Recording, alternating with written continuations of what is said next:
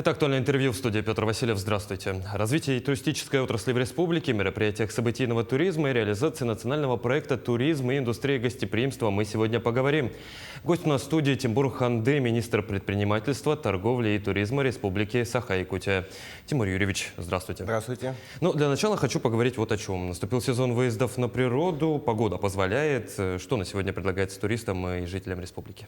Сегодня каждый предприниматель, который владеет определенной туристической компанией, будь это турбаза, либо, может быть, турмаршруты, за прошлый год увидел динамику своей выручки. В среднем мы посчитали от 30 до 50-60% увеличения. Это говорит о том, что сегодня все туристические объекты пользуются большим спросом.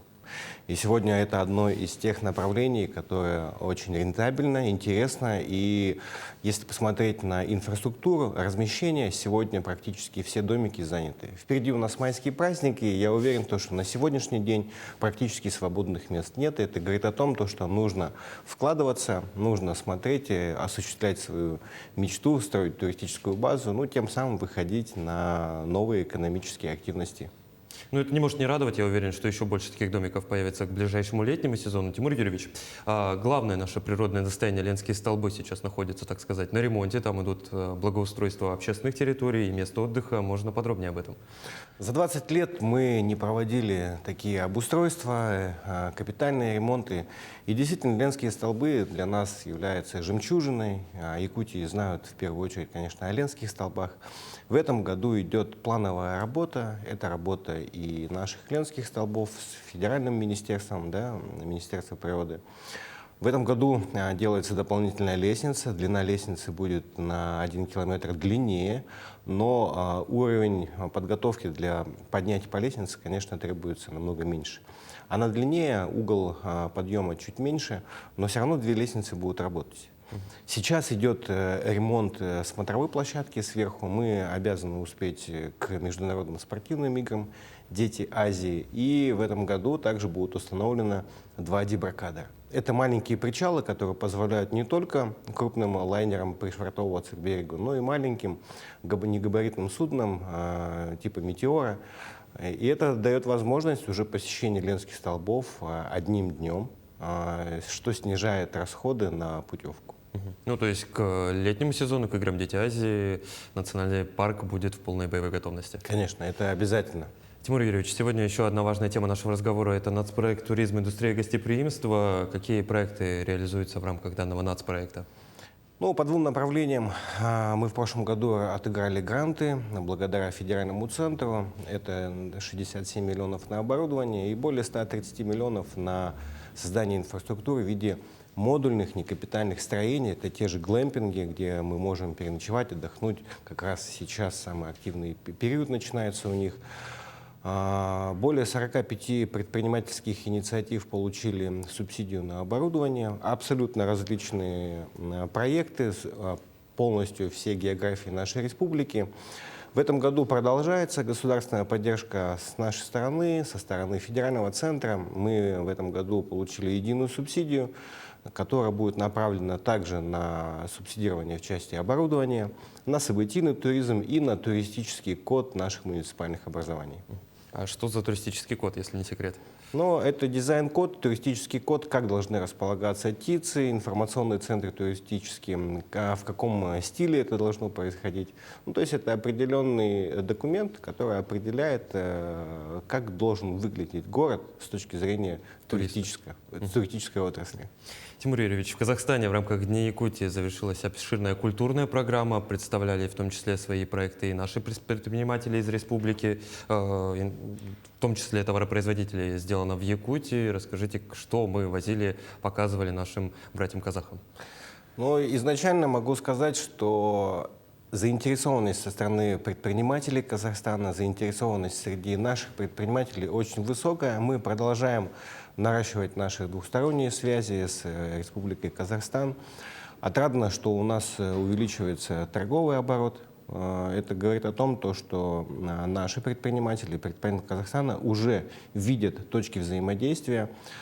Крупнейшая наша ассоциация товаропроизводителей, сделанная в Якутии под руководством Ольги Григорьевны, провели большую ярмарку. Более 17 предпринимателей со своими продукциями выставлялись на различных точках.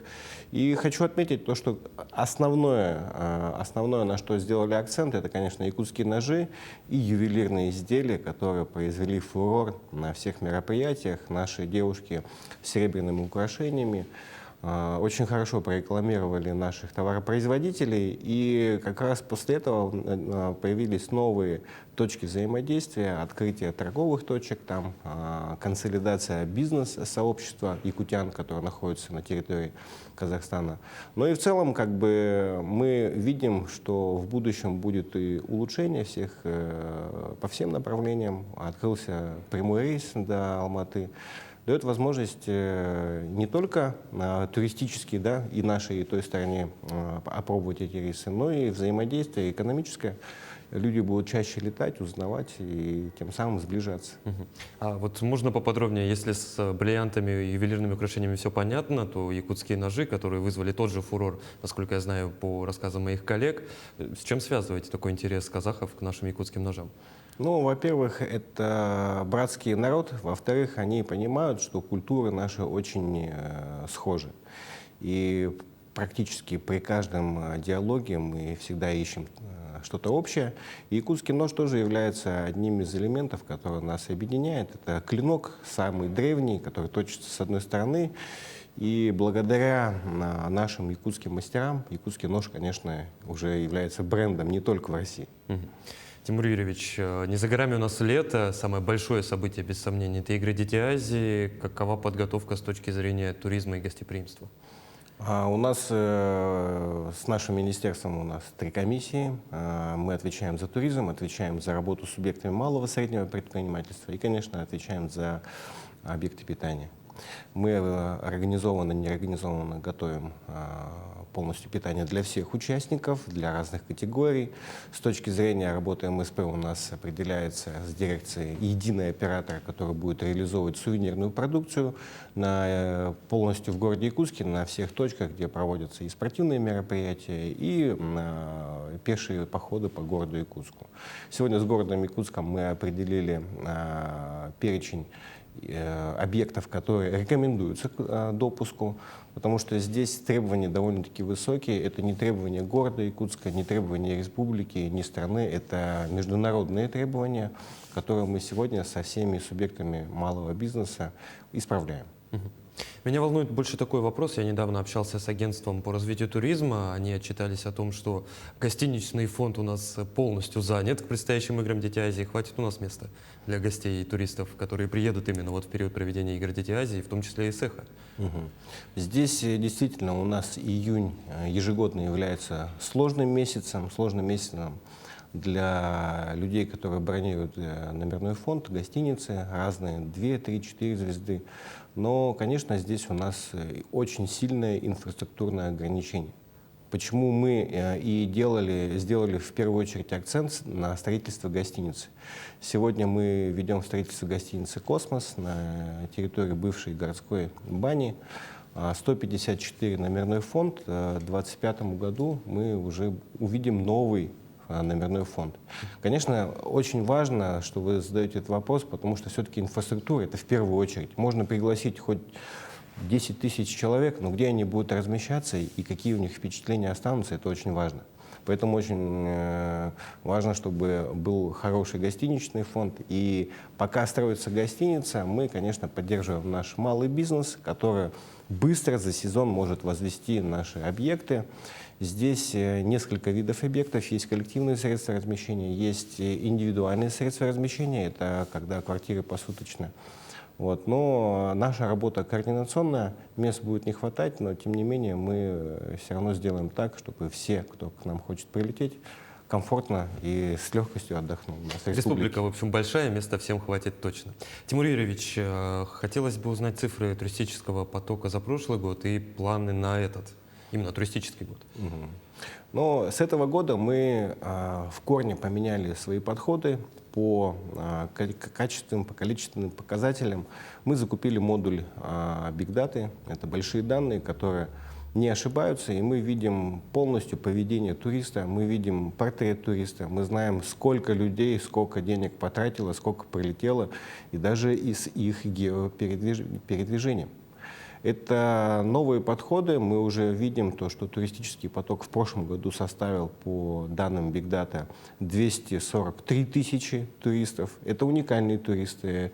Это не туристы, это не вахтовики, это не жители Якутии. Это все приезжие люди, 243 тысячи человек. И самое главное, они здесь тратили деньги. Да, Насколько я и знаю, эти деньги они заработали не в нашей республике. И это говорит о том, что благодаря туризму мы получаем мультипликативный эффект в получении новых средств в нашу экономику, в нашу региональную экономику. И денег они потратили много, насколько я знаю. Почти, если не соврать, почти миллиард. Больше.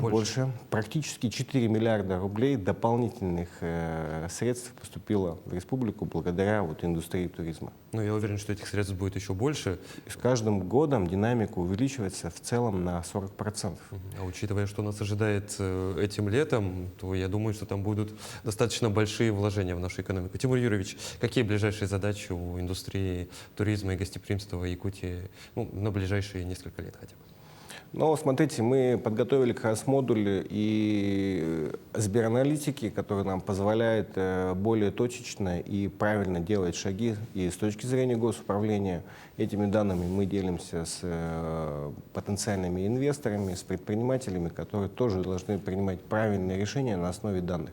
Сегодня республика у нас цифровая, поэтому мы в первую очередь делаем акцент на цифровизацию изначально индустрии туризма, потому что мы должны развивать, и сразу мы должны идти с цифрой. Цифра помогает нам принимать правильные решения. Подготавливаем сейчас стратегию развития туризма на такой долгосрочный период. После этого мы уже будем совместно с бизнес-сообществом смотреть, оценивать ситуацию и совместно разрабатывать меры поддержки уже в будущем для того, чтобы нарастить и номерной фонд, и улучшать качество сервиса. Самое главное, тоже вы, наверное, заметите, улучшать упаковку продукта и свое присутствие на межрегиональных и международных площадках. Тимур Юрьевич, ну что ж, я уверен, нас ожидает интересный туристический летний сезон. Спасибо, что пришли к нам в студию, ответили на наши вопросы. Спасибо. Это было актуальное интервью. До встречи в дальнейших эфирах.